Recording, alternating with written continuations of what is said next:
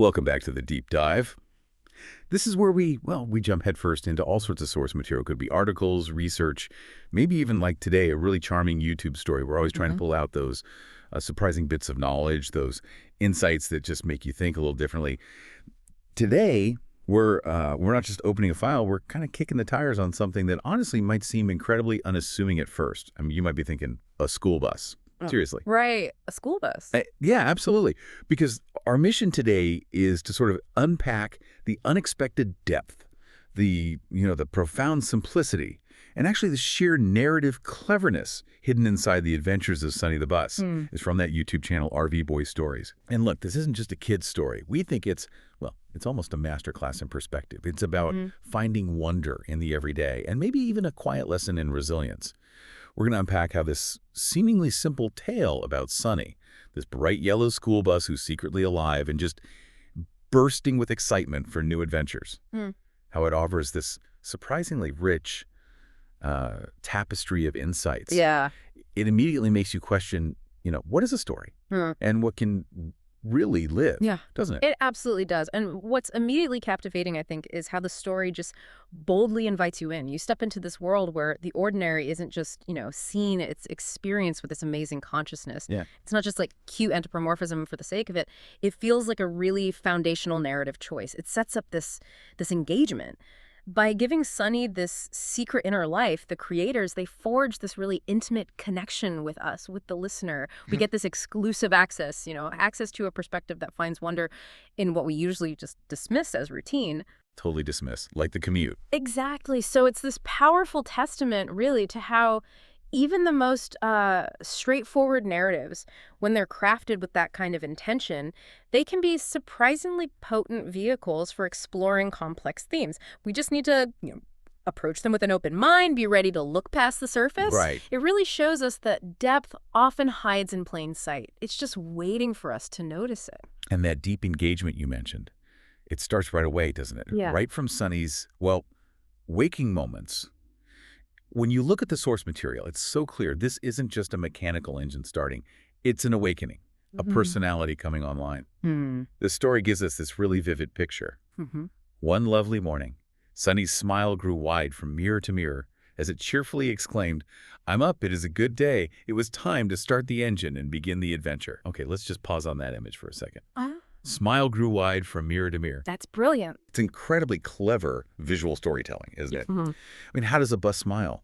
And the genius is how the narrative takes this, fantastical human emotion and grounds it completely within Sonny's unique physical form. Yes, within the bus itself. Exactly. It's not just some cartoon grin slapped onto a machine. Yeah. It uses the bus's own mirrors, its actual architecture, to show emotion, that specificity, that busness of its smile.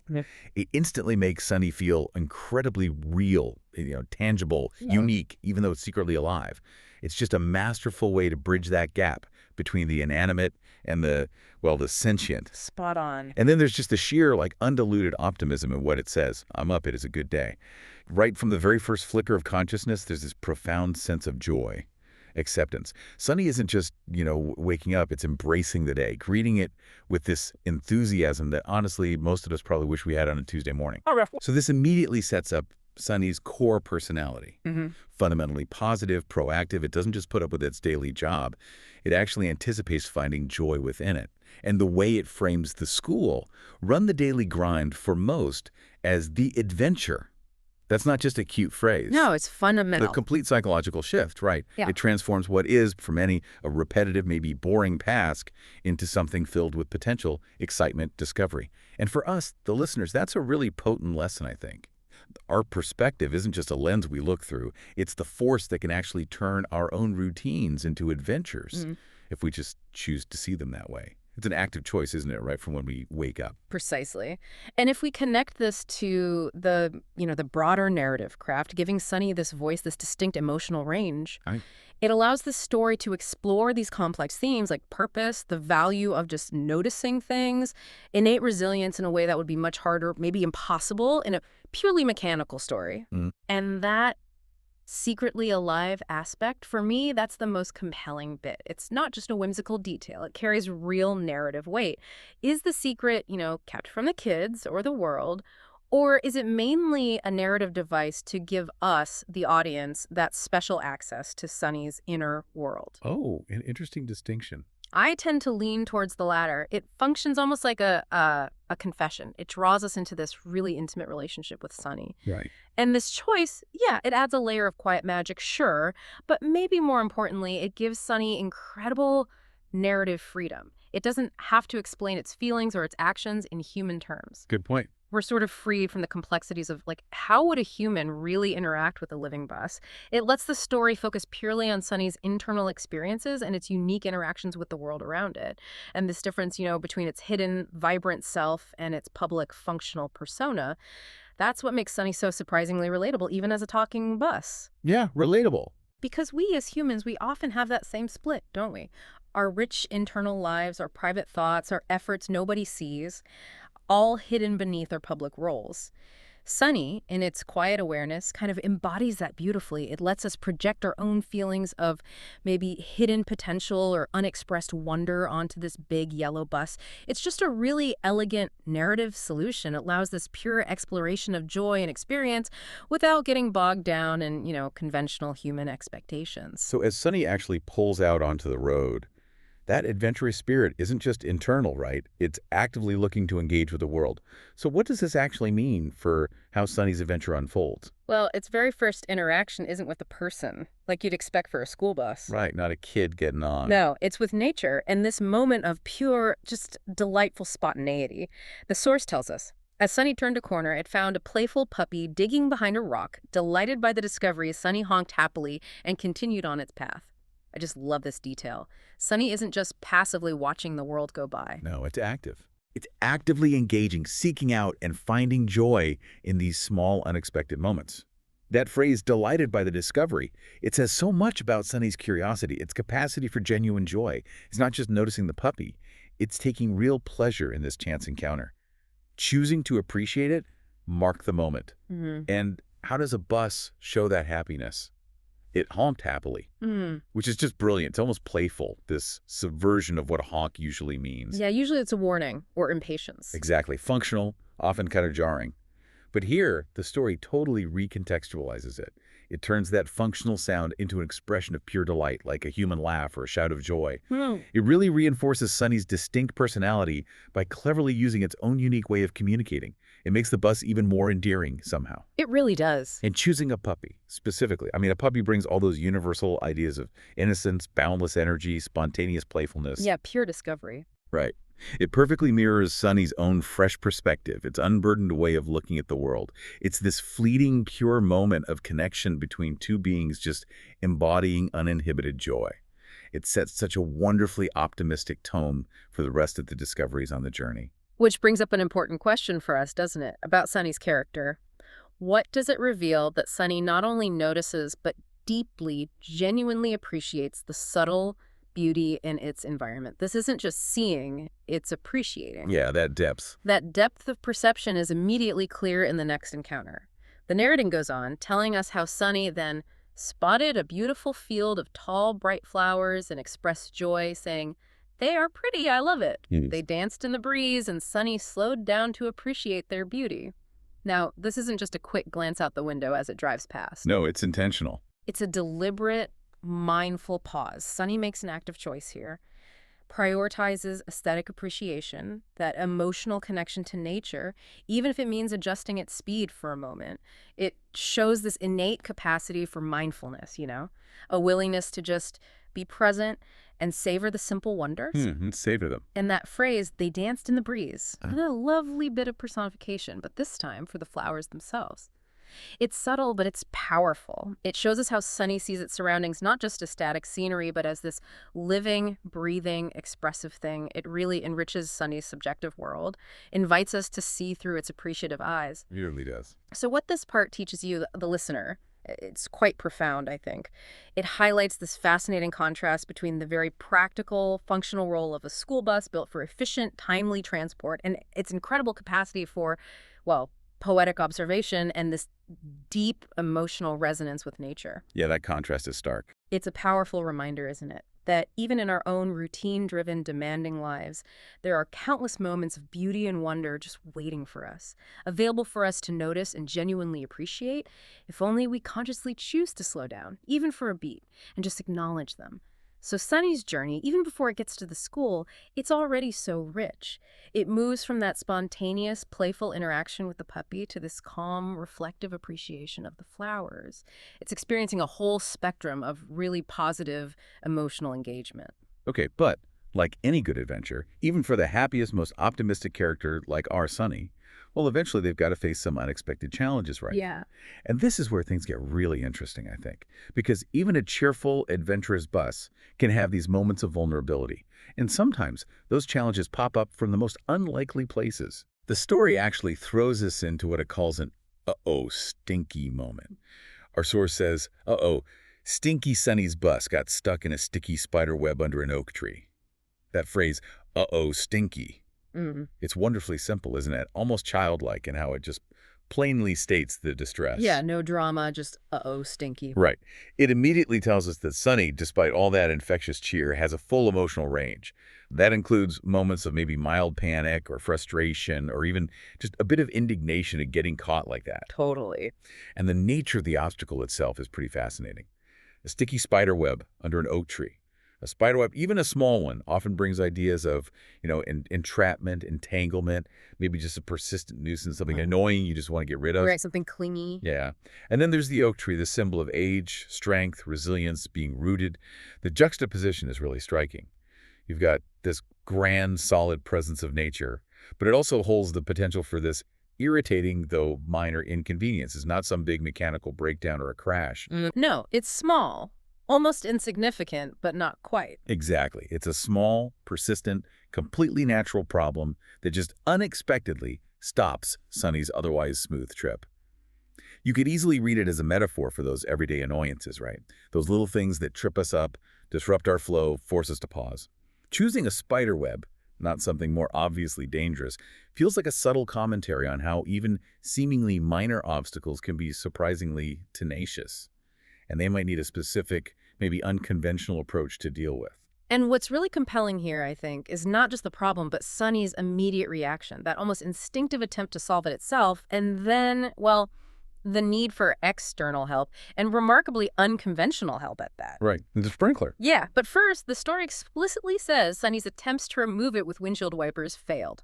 Now, that's a really important detail. It shows the limits of Sunny's own tools, its built-in capabilities. What it knows how to do. Exactly. It tries to fix the problem with the methods it knows best, the things it was designed for, but sometimes that's just not enough, and that's a powerful lesson that resonates with our own lives, doesn't it? We often default to our usual ways, our go-to solutions, but not every problem, especially the unique or sticky ones, can be solved with what we're used to. It forces this moment of, okay, what now? A shift in strategy.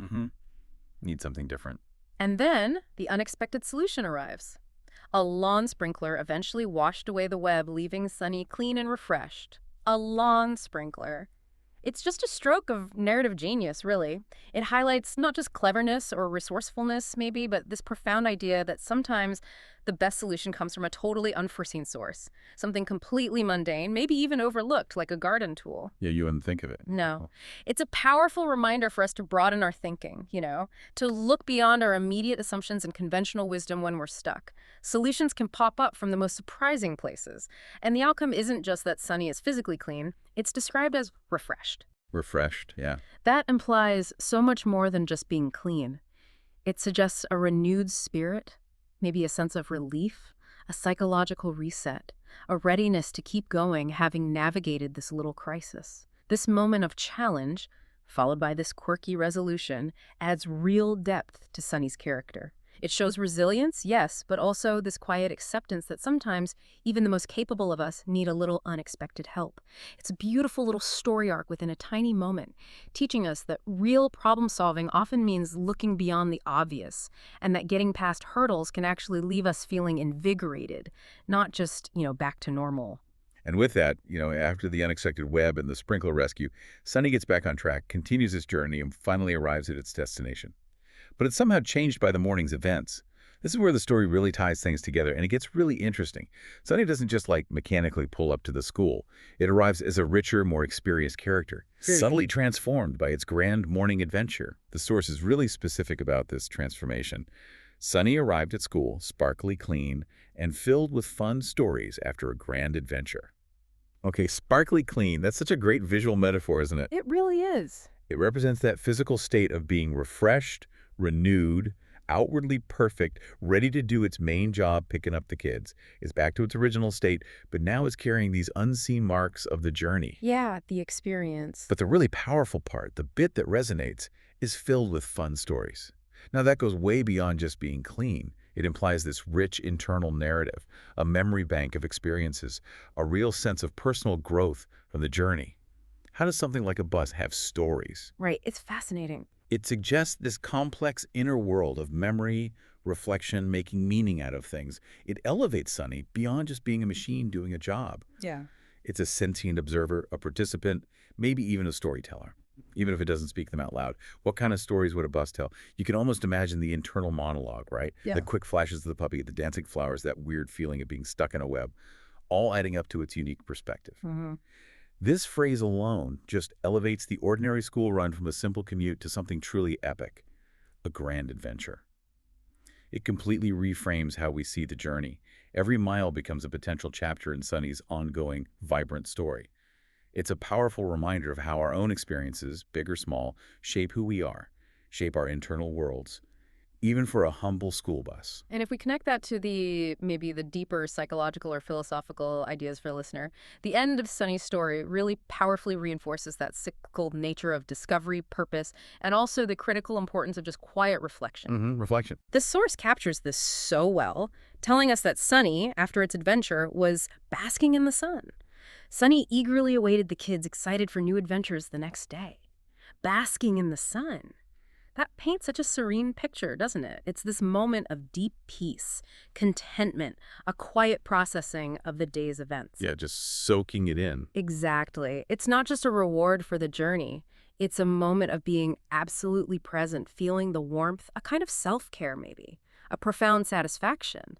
It suggests a character that knows how to find comfort and contentment in just being. That's lovely. Then the phrase eagerly awaited the kids that connects Sunny's rich personal adventures right back to its core purpose, its main function, its happiness, its sense of fulfillment. They're now completely tied up with its job. The self-discovery, the individual experiences, they don't take away from its duty, they actually enrich it. They deepen its ability to do that job well. So the adventure feeds the purpose. Precisely. It shows that finding joy and meaning in the journey itself actually enhances your ability to engage with and contribute to the world.